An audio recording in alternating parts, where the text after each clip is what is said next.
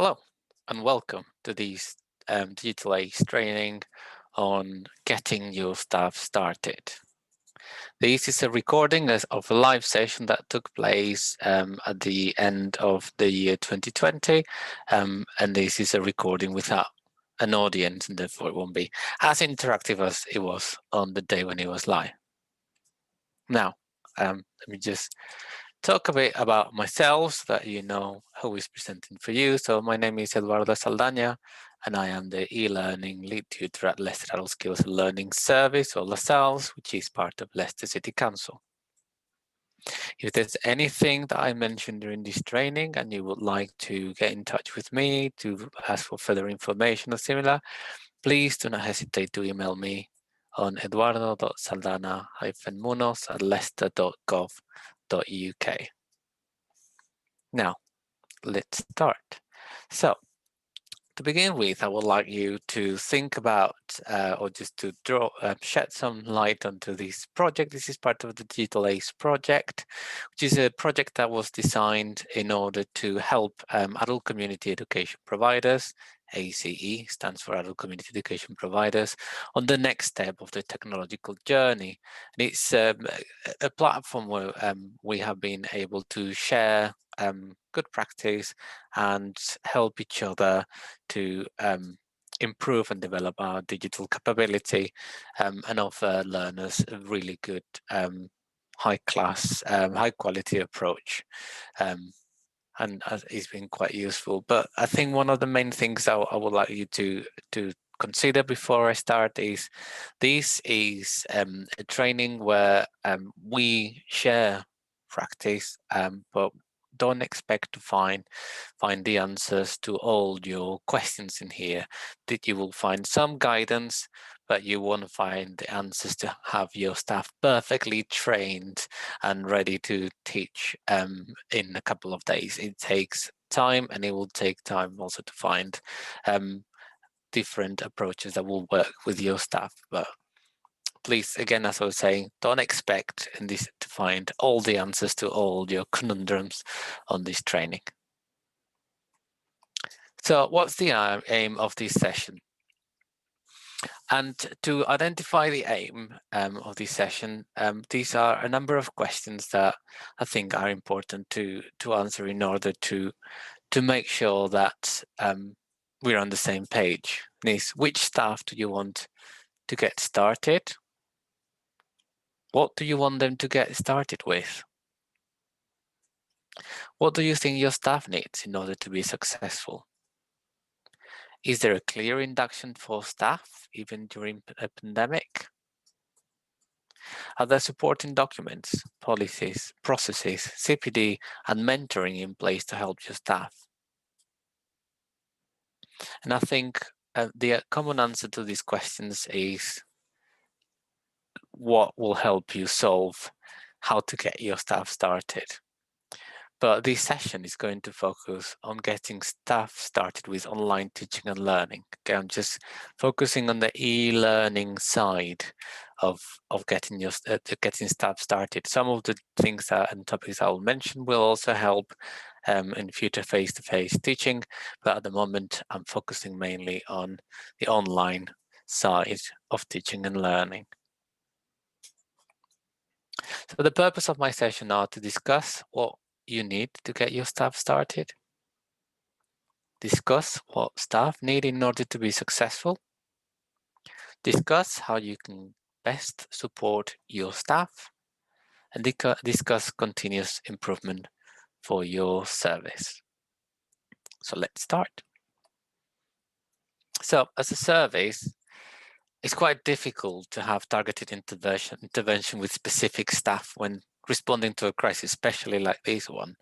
We have all moved online extremely quickly, something that no one was expecting, and therefore all staff need to be on the same page very quickly. And it's easy to focus on large groups because you can give everyone some levels of knowledge. But all staff should be trained on the tools that you're using, even if staff are somewhat removed from teaching. So what I mean with this is not only teaching staff needs to be training on these tools. It's not only them that need to get started in order to be able to cope with all of the e-learning tools that we are deploying. Your frontline staff will be dealing with queries they don't understand. If they haven't been trained, they might not understand as frontline staff the queries that they're getting on the phone. Your assessors will be using your online tools to communicate with learners. Are you training your assessors as well, not only your tutors? Your support workers will need to know what tools you're using and how to engage with them, how they can support those that they are supporting themselves. Okay. So there's a lot of things to think about. So I'm going to give you just some steps, 4 different steps that I think will help you consider and approach this problem and try to solve all the issues, or as many as you can. So the first one is create a consistent approach. Just define your response to have a consistent service-wide approach to online learning. Choose one virtual learning environment and one video conferencing platform and stick to them. This, I mean, is very difficult if you have multiple virtual learning environments, multiple tools in use, and everything is not a service-wide approach. Then how are you going to train everyone? How are you going to keep everyone up to speed and updated? How are you going to provide them with continuous professional development if everything is just not very clear and you have different islands of different VLEs, different platforms? Some might be using Moodle, some might be using Google, some might be using Office or Microsoft 365. Try to keep everything all together.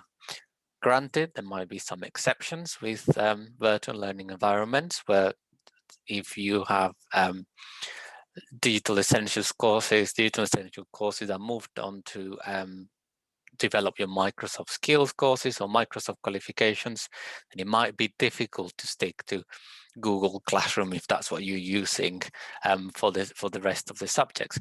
But just try to keep everything as together and as united as possible so that it's just one front and everyone can be updated at the same time.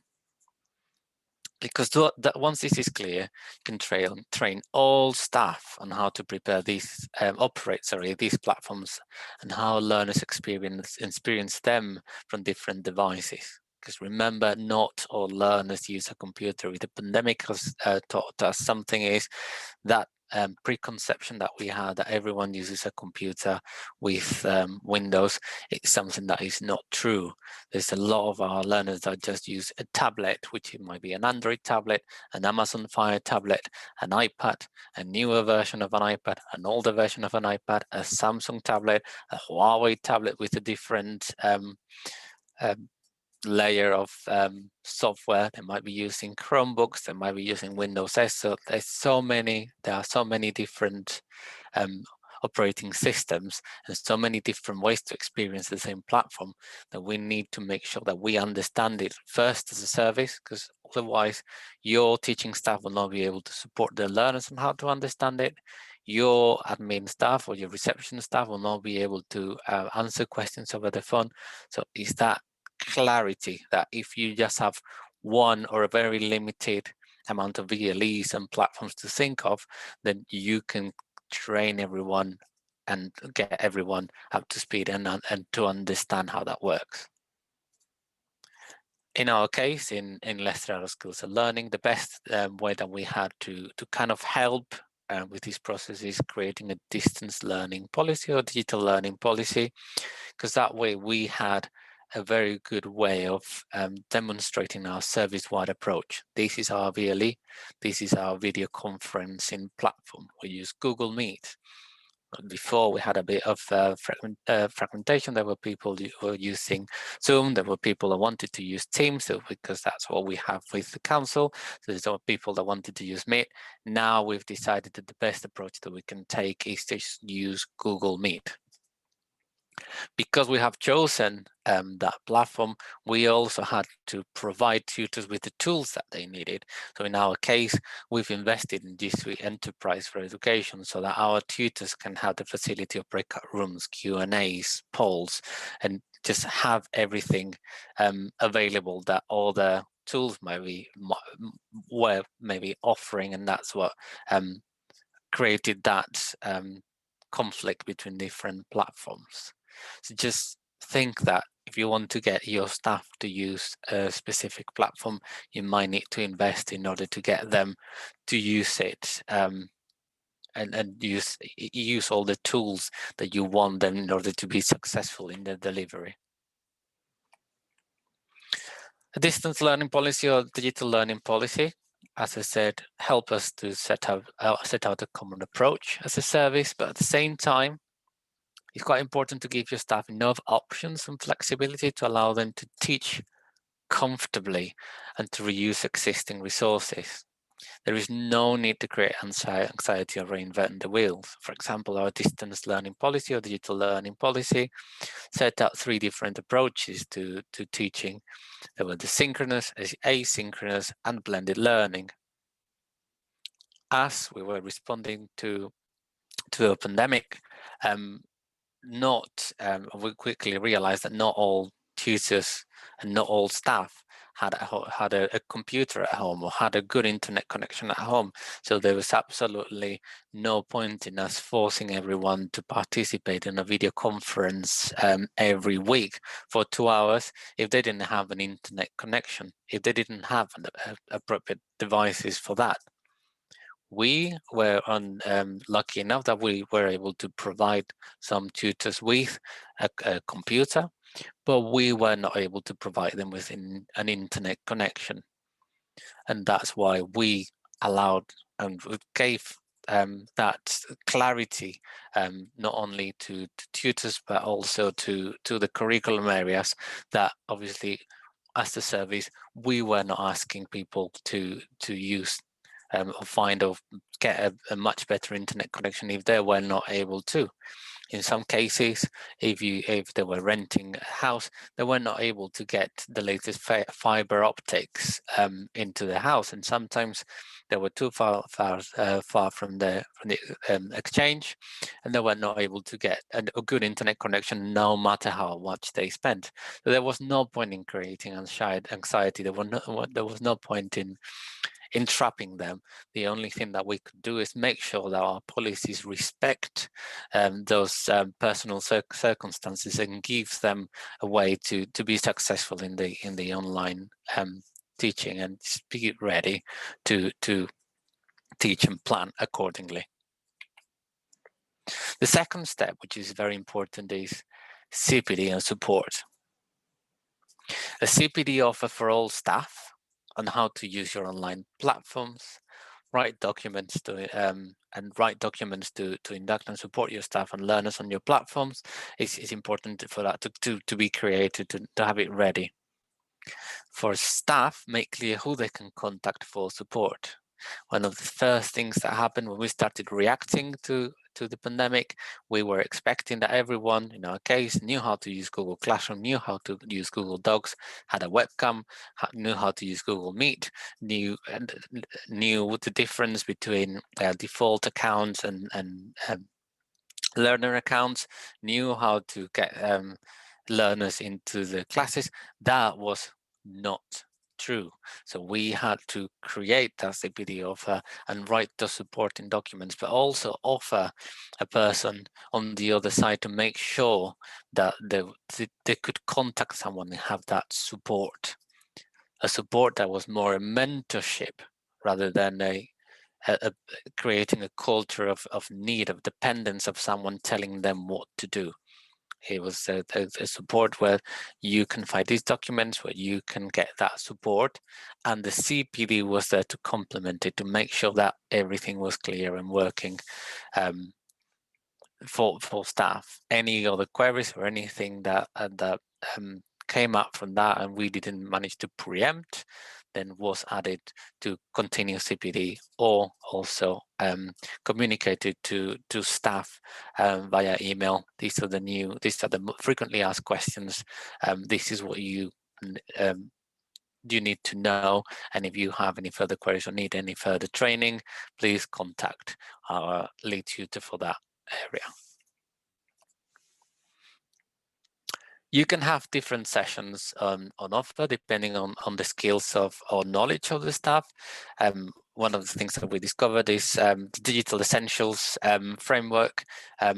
We could use that to help those that were beginners, because there were some of our tutors that did not understand every single part of the beginner's induction.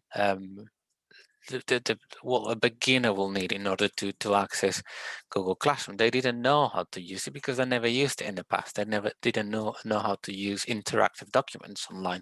They didn't know how to edit documents online. They didn't know how to access email or reply to email without replying. Oh, there was a lot of different things that we needed to address in there.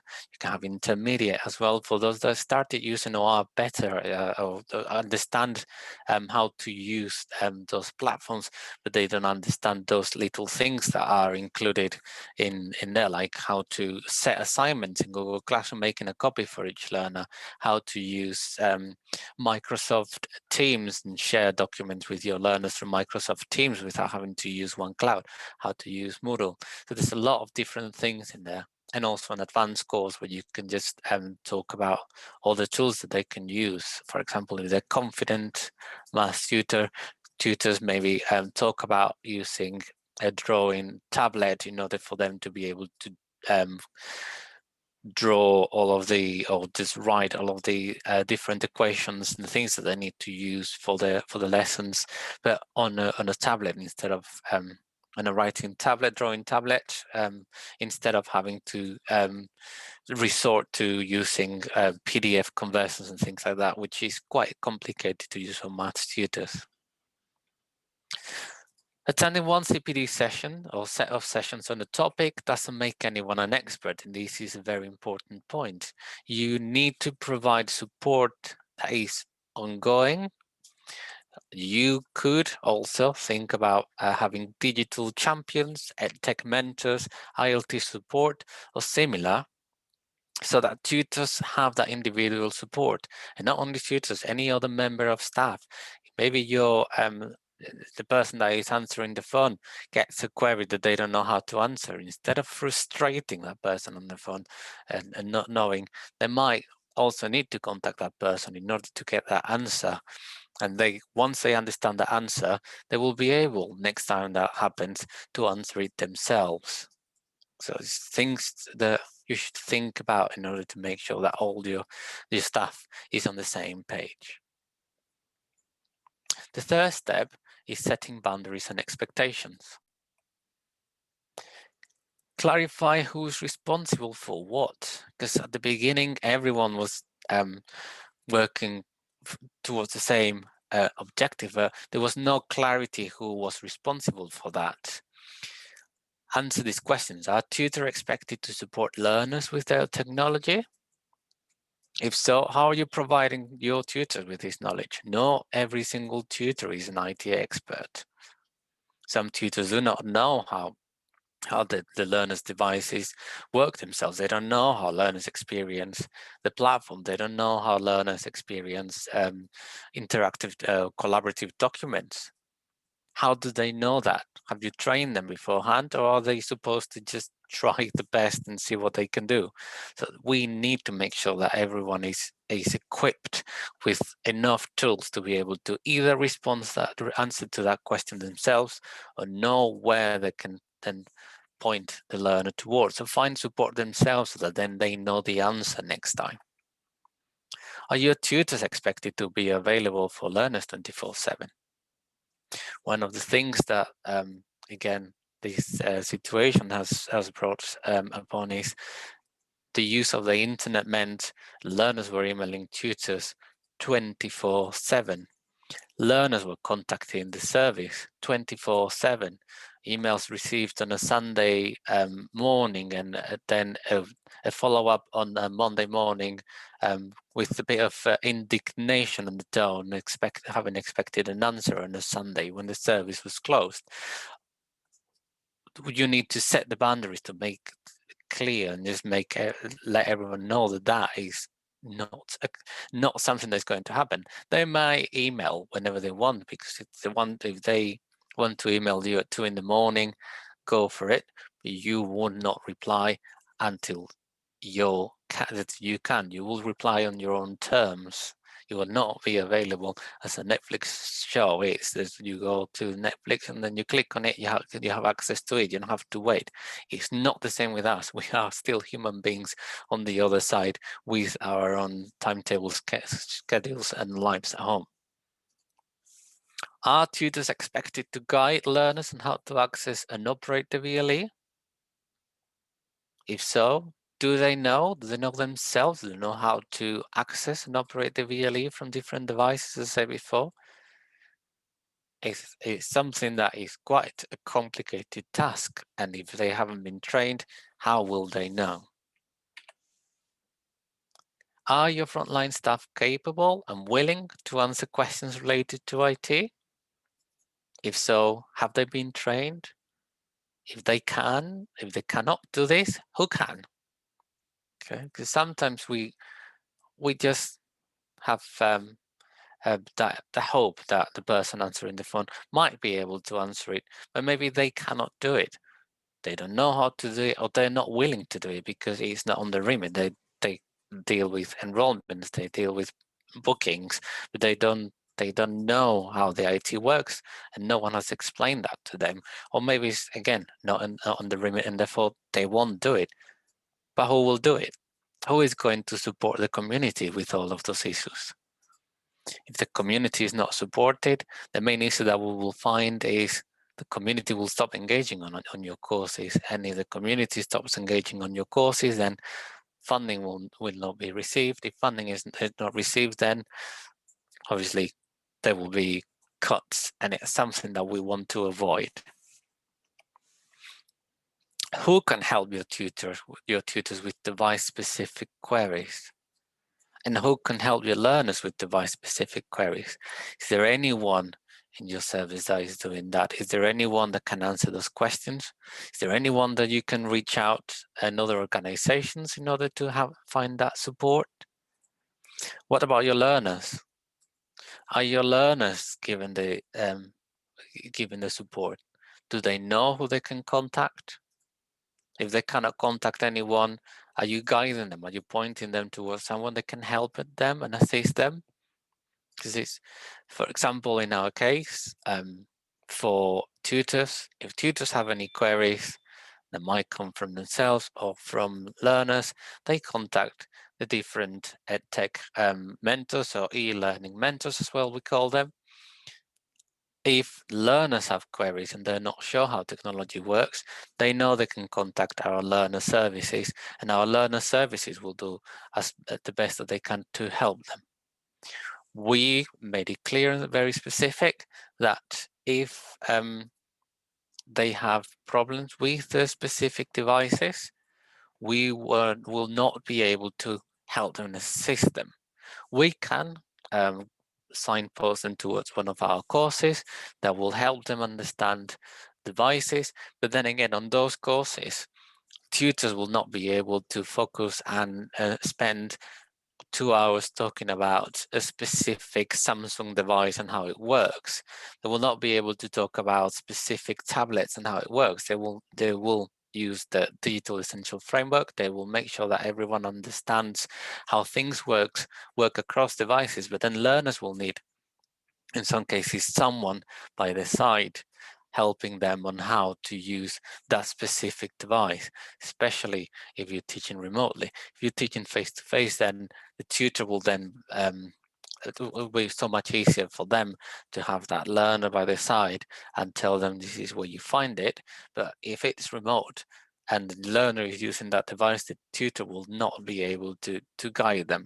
So our distance learning policy or digital learning policy does say that there are limits to what we can do as a service. We can try and help, but if it's a problem with a specific device or the specific internet connection, they will need to find help from a friend, a knowledgeable friend, if it's the device, a family member, and if it's their internet connection, the internet service provider, they need to contact them.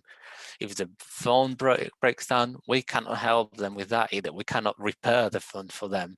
So there's a lot of different things that have come out with these and how we are reacting to these to protect as well staff and the workload, because at the end of the day, what we want is for learners to learn about what we're providing. The courses that we're providing is not we don't want learners just to learn technology and how to use their phone.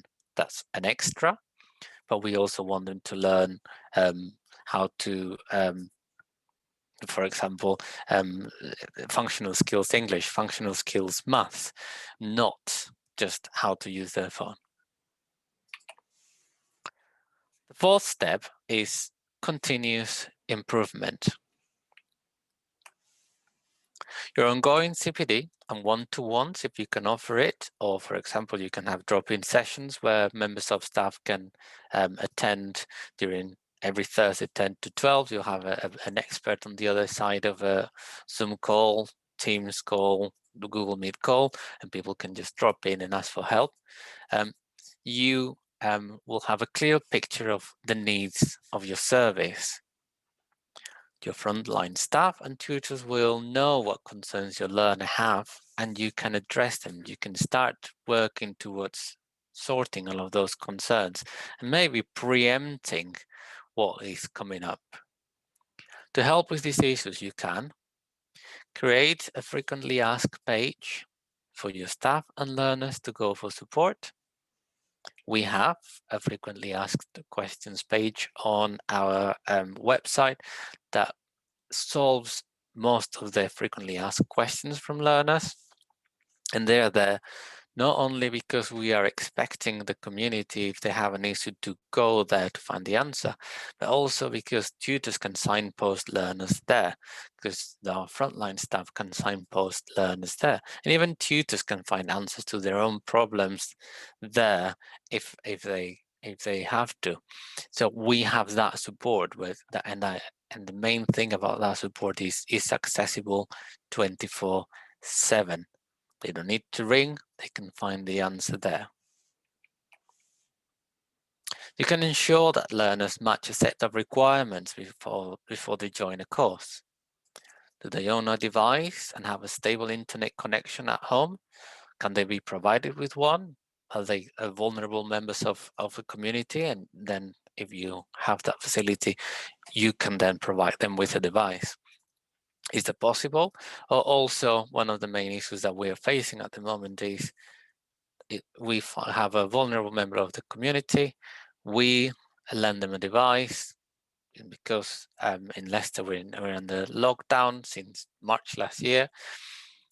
We take the device to that learner. The learner turns on the device, but doesn't know how it works.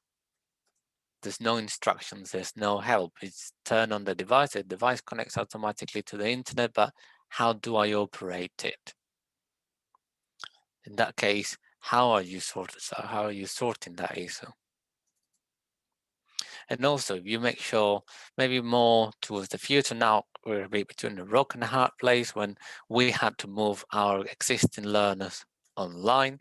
But maybe when we go back to some level of face-to-face, we can then start filtering out those learners that will not be able to understand the device. They will not be able, even if you provide them with a device and internet connection, to access a class remotely without first having some level of face-to-face. So that helps you filter out and have two defined groups. Those that will need face-to-face support until they can start joining the online or blended experience, or maybe those that you prefer to have face-to-face. If it's a digital essentials course, for example, or low-skilled learners, you might prefer to have them face-to-face, but then the rest of your learners that might be able to carry on online, you might prefer to keep them online. Induct your learners in the use of your VLE and video conference tool before the start of the classes, because one of the things that is helping members of staff with their induction to their own classes and to save time is we have created a set of induction documents that are shared with learners in Google Classroom when they join, and that helps them understand how Google Classroom works, how they can share the documents, how they can edit documents, and we have also added some online safeguarding documents that they can use in order to understand how to be safe online. But then that helps tutors when they start the first session, and instead of having to explain or wait for those that are being supported over the phone, learners have already joined, learners have already some understanding of how the platform works, and the first thing that they say to the tutor that when they join is not anymore, how does this work? You just put me in a platform that I don't understand and you're expecting me to interact with it. You've already set 3 assignments. I don't know how it works.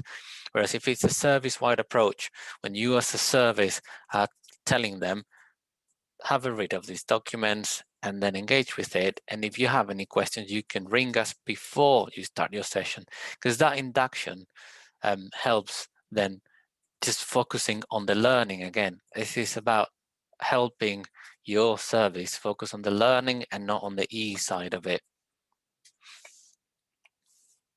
Ensure that no one is working blind to support learners. This is a very important point as well. As I was saying before, we need to make sure that all members of staff, every single member of staff that has a direct link or communication with a learner has some grasp and understanding of how learners experience joining the platform, how learners experience their sessions, what they're using. And by working blind, I mean, if someone rings your reception team asking for how they can join the math session, and you don't know, or the person on the phone doesn't know what VLE they're using for that math session, what video conferencing platform they're using for that math session, or even if that math session is a blended learning, synchronous or asynchronous, then what will happen is they're working blind, they don't know, and that creates frustration from your staff, frustration from your learners. So make sure that they have an idea of what's happening. For example, in our case in LaSalle's, what we have is every single member of frontline staff has access to a dashboard with every single Google Classroom that's happening. So they can go in and they can see what's happening. They can see if the tutor is delivering a session online, if there is a Google Meet link that they can signpost the learners towards, or maybe a communication from the tutor when the tutor is saying, I'm sorry, we cannot make this session. I will see you this other time. So there's a lot of things that we are working towards to make sure that no one is working blind. And again, for tutors, the way to ensure that they're not working blind is our continuous professional development, is ensuring that tutors have an understanding and know how learners experience the platform from a device. We're making sure that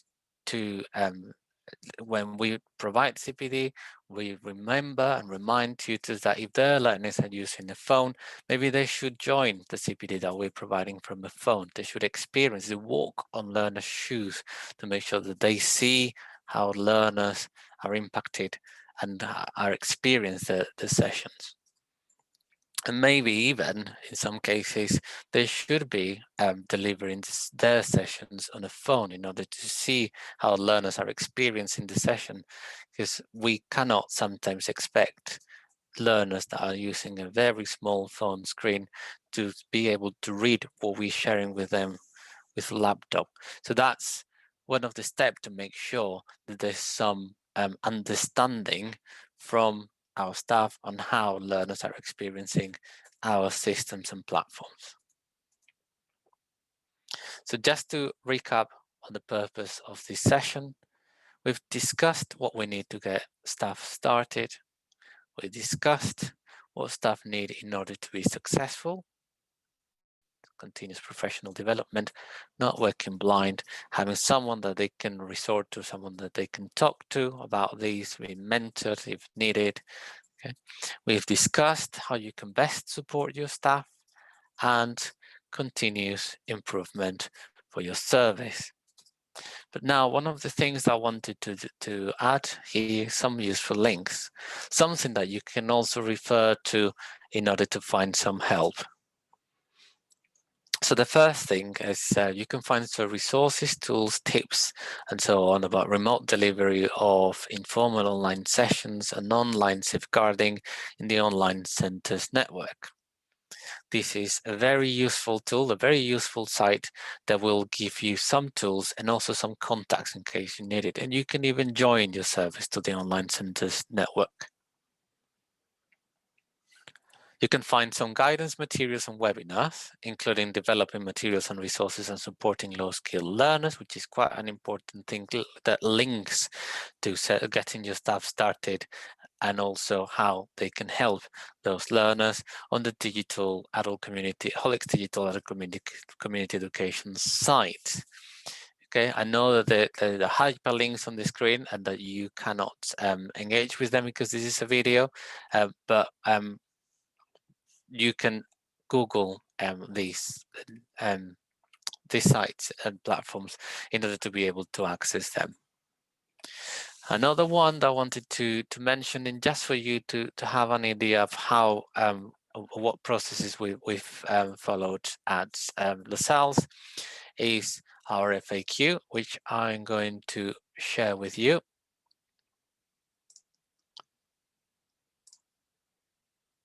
Okay, so let me just share my screen. There you go. So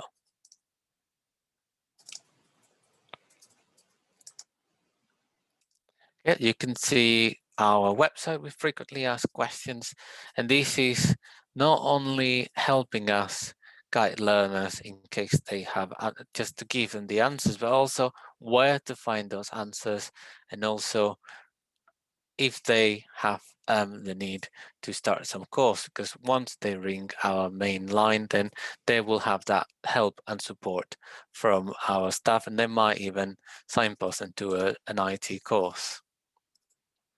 So you can see that we have several sections just to break it down, make sure that you're not overwhelming learners with the information that you're providing. So main things like how do they access the student account? What do they need from a computer? And again, we need to think and preempt. Not everyone is going to use a computer. How do they access from an Android tablet or phone? How do they access from an iPad? What limitations are there? What happens if they forget their password? What happens once they've requested for a password reset? What can they do in our case, for example, we're using a G Suite. What can they do if they have a private email account? Why, and give them those reasons, those questions that they ask, and sometimes you can answer. You can make sure that you are also educating the community. Things like misunderstanding that if we're providing them with an account, they need to delete their existing account instead of having two active at the same time. What happens if they use a different computer, a different device? What's a browser? What browser works better for us? So all of these little things that we can add for them. There's other things like information on Google Classroom, on Google Meet, how it works, staying safe online, and also very important, it's something that we tend to overlook with online courses, is giving our learners the specific requirements or the minimum requirements that we will need for them to join the call, to join our courses. If we are sharing courses where it's online and we are having a video conference, what do they need? What are the minimum requirements for them? I need a computer or an Android phone or a tablet or an Apple device. They need a stable internet connection. What's the minimum requirement for your internet connection? Where can they check their internet speed? Because not everyone knows where to find that. They will need a microphone. They might not need a camera because of the GDPR. Of GDPR, we cannot ask them, kind of force them to turn the camera on if they don't want it when they're at home, because they might not want to show the children in the background or something. If they don't give us consent, they're not approving, not turning on the camera, we cannot force them. So that's why we recommend it. Headphones to improve the sound quality, Google Chrome browser if you use Google Apps. So there's a lot of things that you can assist them and help them to find here. Another useful link will be the same but for staff. We have the same platform, but it's internal and it's where staff can find different answers to their questions as well. How our tools work. Again, we have a limited amount of tools that we share with that we have as a service. We haven't provided members of staff with thousands of tools, because that will confuse and not help them start with the online teaching. We're just giving them a limited amount of tools and platforms that will be able to use. They will be able to use across curriculum areas, not just curriculum specific tools, but a wide range. And they can find how they work, they can find some help in there, and they can also find how to and who to go for help. And the last thing, and very important, I wanted to mention as well, is the Edtech Enhanced platform. And this is a platform that Edtech is providing for free. It's funded by the DFE. And in here, you will find two things. You will find some general training, and you will find, and this is quite important for your member staff to take it, an essential digital skills test that will help your staff understand the knowledge, and will also help them then start taking some training to pinpoint and improve on their own skills. I will advise you to give these different links a look, check them, especially the FAQ sites, the Holex digital ACE materials, and also the Edtech Enhanced platform, as in there you will be able to provide not only training together with every single CPD that you might be offering, but also you will then, as a service, save some time with some training that has already been created by Edtech, which is a very knowledgeable organization that will be able to help and support your staff in their learning. And the last thing, sorry, I would like to say is thank you for watching. Again, if you have any questions about anything I've mentioned during this training, please do not hesitate to reach out and email me on eduardo.saldana-munoz@leicester.gov.uk. I hope that you found this session useful, and that you will be able to take things in order to improve your service. And maybe it has not been, you haven't found anything new, but it has been a bit of a reassurance for you to see and check that what you're doing already is exactly the right thing. Thank you very much. Bye.